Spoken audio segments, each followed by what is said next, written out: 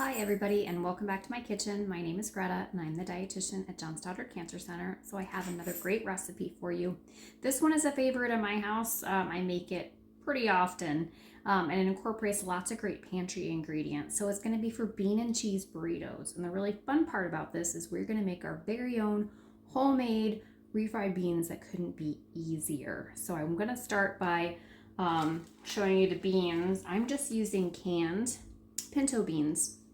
So this is 2 cans of beans that I have drained and rinsed. So this is an important tip to remember. Before you drain your beans, we need a half a cup of the liquid that comes off of them. So you have to remember to make sure to drain your liquid over a measuring cup so you don't forget to get a half a cup of that liquid. It's going to help make your beans really rich and creamy. So I drained half a cup in here, and then we'll need a half a cup of water. So I went ahead and added my half a cup of water. So I'm ready to go here with my liquid that we're gonna need later when we cook our beans. So my beans are ready. There's a couple fresh ingredients that we're gonna chop and use in this. So one of them is onion. So I know the recipe says for a half of an onion.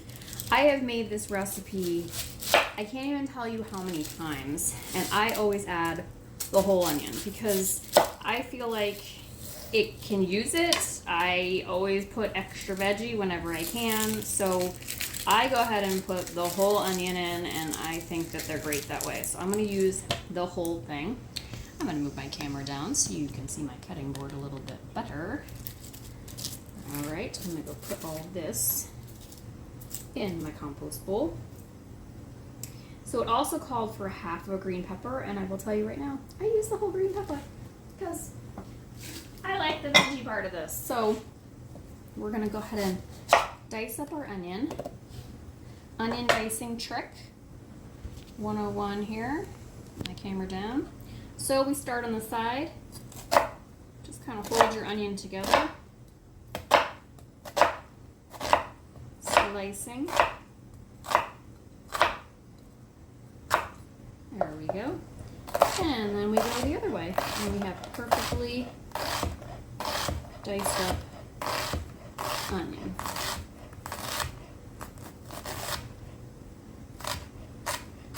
Just like that. I'm going to set that aside in my bowl here so it's off my cutting board.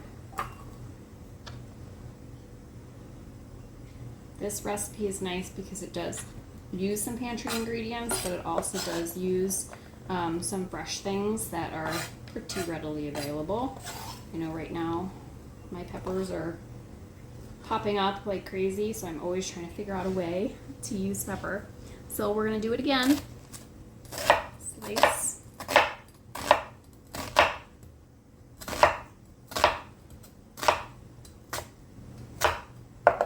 And then come back the other way.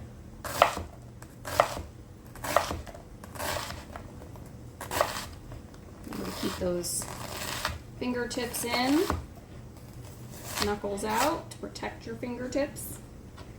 Then we don't have fingers. Alright, moving that off my board. I know it looks like a lot of onion, but onion really cooks down quite a bit, so it's not going to seem like that much once you start cooking it down. Alright, and like I said, we have green pepper. Pepper cutting tip. Just go around the core, slicing down.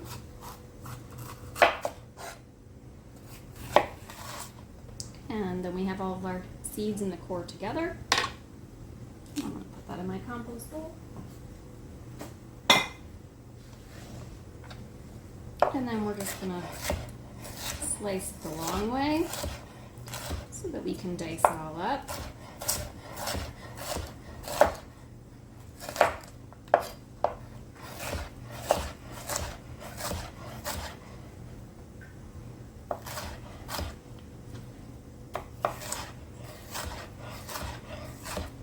Okay, line up all my pieces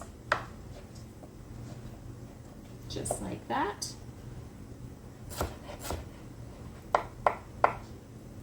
With my fingertips in, knuckles out. I I think when I was picking recipes for this session, I really felt like I kind of wanted to hit the easy button. I just wanted recipes that were so easy to come together so quickly, that are great for, you know, weeknight dinners. This recipe is nice because the bean part of this, you could make that in advance. You could make that on a weekend when you had more time and then build your burritos another day. You don't necessarily have to make all the parts at one time, which then makes for a really easy weeknight recipe. All right, that bowl's pretty full, so I'm gonna come over to this bowl, just like that.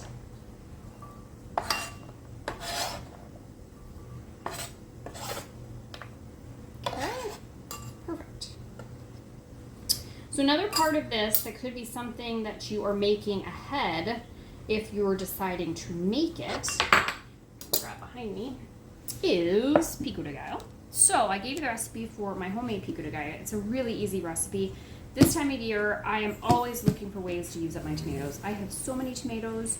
You know, people are giving you tomatoes. There's tomatoes everywhere. They're fresh. They're delicious. They're wonderful. So it's a great opportunity to make pico de gallo. So I have right here my homemade pico de gallo. I made this over a weekend when I had lots of extra time, and it used up my garden jalapenos and my tomatoes and some fresh herbs, so it was super easy to make. So we are going to incorporate a cup of pico de gallo. If you were going to make this maybe in the middle of the wintertime when tomatoes aren't as plentiful, you can certainly use store-bought pico de gallo, but I encourage you this time of year, make pico de gallo. You will not be sorry.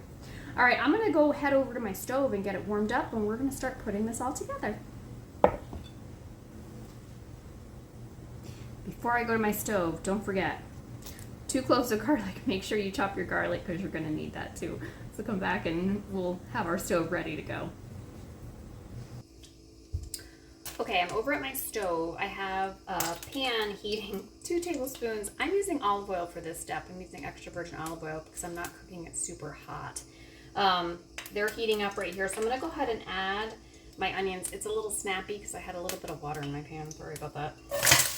Ooh, very snappy. That's what I get for washing my pan right before I used it. All right, so pepper and onion. Fireworks are free. So. All right, so I'm going to put my peppers and onions in my pan. Like I said, they're over about medium heat. So at this point, you do want to season these with a little salt and pepper. So the amount of salt that you would need is going to depend very much on the beans that you purchase. So I always buy low sodium beans. So then I only have to add just a little bit of salt. If you do the no sodium, or if you're really trying to avoid it, then you don't have to add any at all, or you need very little. If you already bought salted beans, then I would go easy on the salt at this step, or you're going to have an overly salty product at the end. So once I season this, I'm going to let this cook for about 8 minutes until our onions are just turning a bit golden. So I'll see you back when they're ready to go. Okay, I'm back because my peppers and onions are ready, and I want to show them to you. They're sort of golden around the outside edges, just like that. You can almost smell that they're kind of golden. You know, they just sort of change smell. So now is the time we're going to add our garlic. And remember, garlic only takes about a minute into that sort of magic moment that we start to smell it. So this was 2 cloves of chopped garlic. I got so excited about my pico de gallo, I almost forgot about telling you we needed to chop. All right.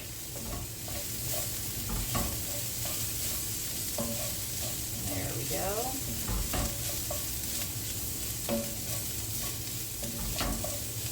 The onions and peppers go a little bit longer than normally when we just soften them. We were looking for that little bit of browning on them. Not burnt, but just like a little bit golden brown on the edges. All right. I can smell my garlic. So to this, we're going to add our half a cup of either store-bought or homemade, hopefully homemade, pico de gallo.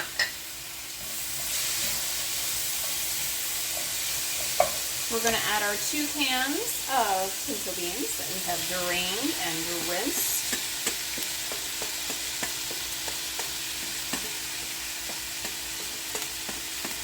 Get all the little bits in. We want them all. There we go. Then we're going to add our half a cup of bean liquid and half a cup of water.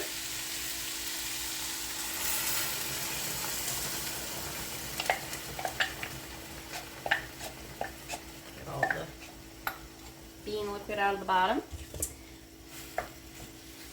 Then we're going to add about 1/4 teaspoon of smoked paprika.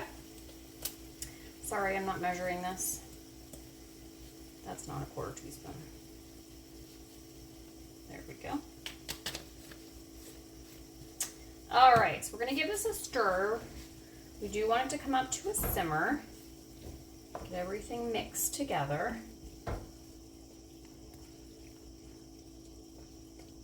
All right, we're gonna let this simmer, and as it's simmering, we're gonna smash our beans. So you can smash them with the back of your spoon if you have a potato masher or some other kind of masher. We just want to start mashing them. And we're going to cook off all of that liquid until they look like refried beans, which they are. You can mash as much as you want. You can leave some still sort of intact or partially intact. It's kind of up to you what kind of texture you want, but we really want to cook off all of the extra liquid. So mine are going to keep simmering away. I'm going to keep mashing away, and I'll come back when they are ready to go. Okay, I'm back because I want to show you what the beans look like when they're ready. So I've got pretty much all the liquid cooked off. I want to show you what that looks like. So when you move your spoon across the bottom, you can see it's dry. And the beans have all thickened up because I've been mashing and smashing them, but there's still good texture in there from our veggies and our pico de gallo. So we're going to turn off the heat. We're going to put this in a bowl so it can cool a little bit so we can work with it to build our burritos. So when we come back, we're going to get building. See you then. Okay, everybody, I am back, and I want to show you how we're going to build our burritos, and then we're going to brown them so that everything gets melty together. So I do recommend using the burrito size tortillas for this, because if you don't, then they'll be very small and they're kind of hard to work with. This makes exactly 8 with the burrito size. Now, if you're making them for 1 or 2 and you don't want to make all 8 of them, that's fine. You can store your refried beans. That's totally fine. Make them later. These do make great leftovers. So for anybody too who's looking for that grab and go thing for kids to go to the game, you can make a whole batch of these and then put them in containers, and then they've got something to grab and go and take with them. So the basic filling is just the refried beans and cheese, but you can add other things if you want to. You could add greens, you could add some more of the pico de gallo, you could add lots of extra stuff, but I'm just going to do the basics right now. And I sort of do an assembly line. I will tell you that I made a boo-boo when I was ordering my groceries, and I ordered the little bit bigger than burrito ones. These are more like wrap size, but we're going to make it work. So I just lay mine out on my counter so that I know I get about the same amount in each of them, because that's the way I am. I like to get the even amount. And then no one can say that they got more filling than somebody else did. Alright, set that aside. I also have here, this is 8 ounces of shredded sharp cheddar cheese. You can use whatever cheese you want as long as it's a good melting cheese. I do recommend buying the block and shredding it. It's one extra step, but I will tell you that it will melt better because the shredded cheese, they put some like thickener type stuff on them so that it doesn't stick together, so they just don't melt as well. It's also cheaper to buy the block, so buy the block. All right, so mine are all spread out with my refried beans in the middle. This is super fun. I love doing this. The production line of burritos. Okay, so then you can kind of see them. So I'm going to take my refried bean mixture, and I sort of add a dollop in the middle of each. Then I can sort of eyeball if it's about the same amount. Dollop. That was like half a dollop. Dollop. just working around all my tortillas. I'm just surrounded by my tortillas. You can use whatever type of tortilla you want. If you're doing gluten-free, that's fine. You can do the whole wheat. Like I said, I goofed my order a little bit. It might be a lot easier to wrap though, since I have a little bit more real estate. I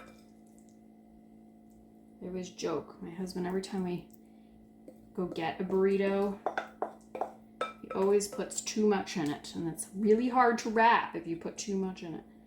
All right, I think they look pretty even.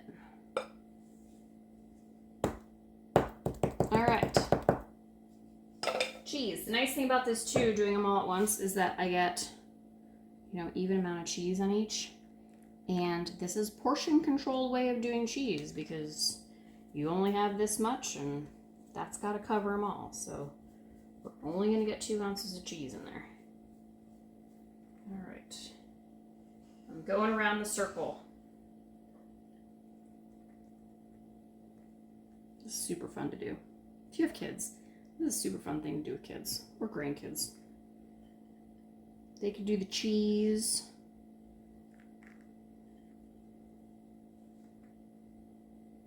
All right. That looks pretty darn good. All right. Maybe more on him, maybe more on that one. All right, I'm cheesed. All right, I'm going to show you how to roll it. This is super fun too. It's like making a present. All right, can you see me? All right, so have all your filling there. Fold your sides in. Roll the back part over. Tuck it in. And then roll. So then it's nice and sealed. Put it on a plate, seal side down. I'm gonna roll the rest. Then I'm gonna show you how we're gonna quick brown them. And then we get to eat. So I'll see you in a few minutes. Hi everybody, so I'm back at my stove, and the pan that I made my refried beans in, I cleaned out. This time I thoroughly dried it. We don't need any more theatrics tonight. And I added in a tablespoon. This time we need a good neutral oil because we're cooking these pretty hot. So no olive oil here. We need to use like safflower oil or grapeseed oil or canola oil, or something that can handle the heat. So I've got my pan. Ooh, nice and hot there. I've got my little stack of burritos here. So it's about a tablespoon of oil per 3 burritos. So I'm going to show you how this kind of looks. I'm going to turn my... So we're just going to set them seam side down. And this is a pretty fast step. The oil just makes sure that they don't stick. So I am not using a non-stick pan. I'm using my cast iron. So if I didn't put any oil in here, they would stick and it wouldn't brown well, and then we'd be really sad because we wouldn't have any burritos for dinner. So I do have my little bit of oil in there. If you're using a non-stick, you might not have to use as much oil, but you might not get as good a browning. So this pan's kind of my favorite, and that's why I use this one. So we're just going to give them about a couple minutes on each side. You can hear them sizzle, sizzle. The trick is to not touch them too soon, because if you do, they will stick. Want to give them a chance. Turning them can be a little tricky. I like to use my metal spatula to turn them. You can use tongs, but we want to make sure that seam gets nice and sealed up, so when we turn them, they don't open up on us and we lose all of our goodies. I'm going to peek. Nope, not yet. Not quite, almost. Hardest part, be patient. This is going to melt our cheese, and it's going to mix it all together with those beans, and it's going to be so delicious. Then you can serve them top with whatever you like. If you have the leftover pico de gallo, I love to top that on top. You could put a slice of avocado. You could do it with some greens. So I just take my cool side and flip it over. And he was in the middle, so he got done first. Yeah, it's nice and golden brown. Yay! That's what we want. So I'm going to keep working on my browning, and I'll be back and show you what they look like. So I'm back because I have perfect golden brown burritos. Notice I also kind of turn them on their sides to get them browned all over. And now they are ready to eat. So put your favorite toppings on and enjoy bean and cheese burritos. Thank you for watching and enjoy.